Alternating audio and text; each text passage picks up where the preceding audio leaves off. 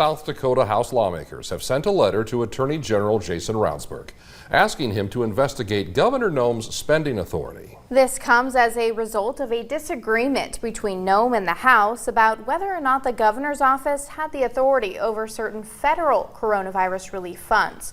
Austin Goss brings us that story from Pierre. Some House lawmakers believe that Governor Noem usurped spending authority from the legislature this past session. In February, the Department of Social Services sent out tens of millions of dollars in checks to state-certified daycare providers that those providers could spend as they saw fit. If these dollars went out, where was the authority? They came to us and asked for the authority in the supplemental bill. Then the governor in the executive branch sent these dollars out prior to the supplemental bill being signed, and then they claimed that the authority was from last year's budget. The issue is the daycare grants came from the ARPA funds. We didn't receive those ARPA funds until late last year. Noem at the time said she had the authority, as it was approved in the previous year's budget.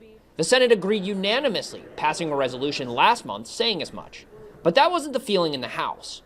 If we look at what's in the Constitution, what's in the statute, I think it spells out the role of the legislature, the appropriations process. The legislature is in charge of the purse strings. There is a process that's clearly laid out. It specifically talks about federal dollars, new programs, etc.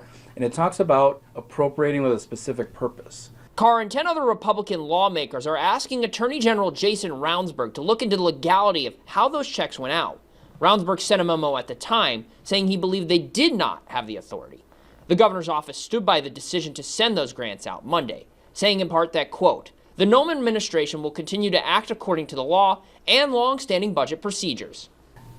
I also take my job as a legislator and as the chair of appropriations very seriously to say, well, what's in the Constitution, what's in the statute, I've taken an oath to abide by that, and I think we are outside the lines here.